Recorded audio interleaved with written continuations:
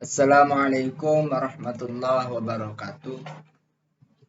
Saat ini kita telah menyaksikan perkembangan zaman yang luar biasa. Perkembangan dan perubahan terus menggelinding dan merambah ke segala aspek kehidupan manusia, termasuk kepada dunia pendidikan, baik di dunia timur maupun dunia barat. Sebagai sebuah tamadun, apa itu tamadun? Yaitu sebuah peradaban yang dimana Islam pada masanya pernah mengalami masa pertumbuhan dan perkembangan, masa kemajuan dan kemunduran, serta masa pembinaan kembali dengan format, serta kemasan baru sistem pendidikan Islam. Nah, kita tentunya sama-sama sepakat bahwa tamadun atau sebuah peradaban Islam saat ini masuk pada periode pembinaan kembali dengan mencoba mencari dan menyetel konsep peradaban Islam yang seharusnya. Kembali sejenak ke masa lalu, bahwa perkembangan dan peradaban Islam dikembangkan dalam spirit wahyu yang berkultur Arab.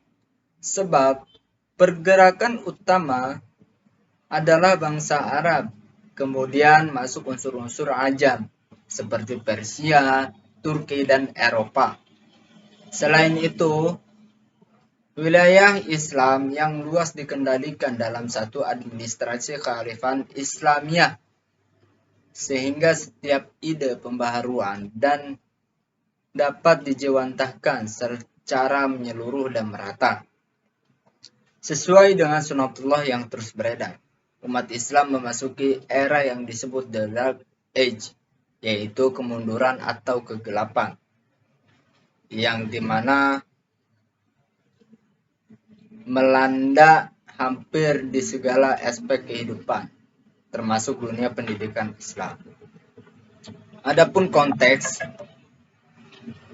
pendidikan Islam hari ini adalah kelanjutan kondisi zaman Islam yang sedang mundur dan sedang dibina kembali, kemudian berupaya mencocokkan dengan kondisi terbaru sesuai perkembangan zaman yang dibidani oleh dunia barat. Lebih lanjut, perlu format ulang pendidikan Islam tanpa meninggalkan Islam sebagai dasar ideologis dan praksisnya. Namun, sampai saat ini nampaknya proses pencarian identitas pendidikan Islam belum final karena banyak faktor yang mempengaruhinya.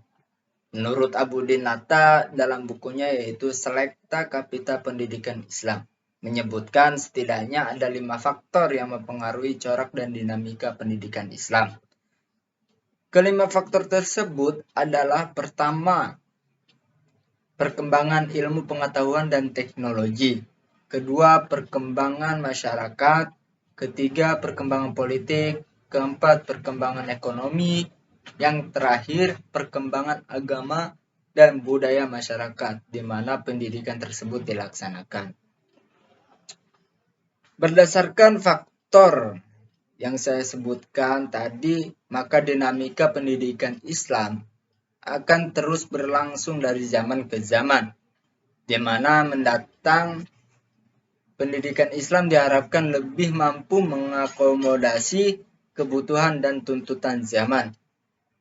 Tentu saja, tidak terlepas dari usaha-usaha umat Islam hari ini.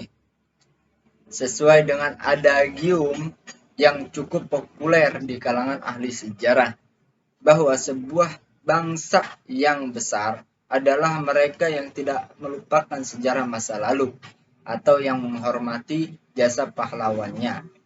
Ibarat seorang yang sedang di atas kendaraan, yang mengemudikan kendaraan butuh kaca spion untuk melihat kondisi di belakangnya. Dengan mengetahui itu, dia lebih leluasa mengendalikan kendaraan mencapai tujuannya. Maka, sejarah pendidikan Islam mencoba untuk menggali khazanah pendidikan Islam masa lalu dengan menguraikan berbagai dimensi yang mempengaruhi perkembangan, kemajuan, dan kemunduran pendidikan Islam, baik konteks nilai-nilai, lembaga, tokoh, dan sebagainya. Sekian Kurang lebihnya mohon maaf. Apabila ada perkataan yang kurang berkenan atau ada kesalahan dari ucapan saya, mohon dibukakan pintu maaf yang sebesar-besarnya. Billahi taufiq wal hidayah. Wassalamualaikum warahmatullahi wabarakatuh.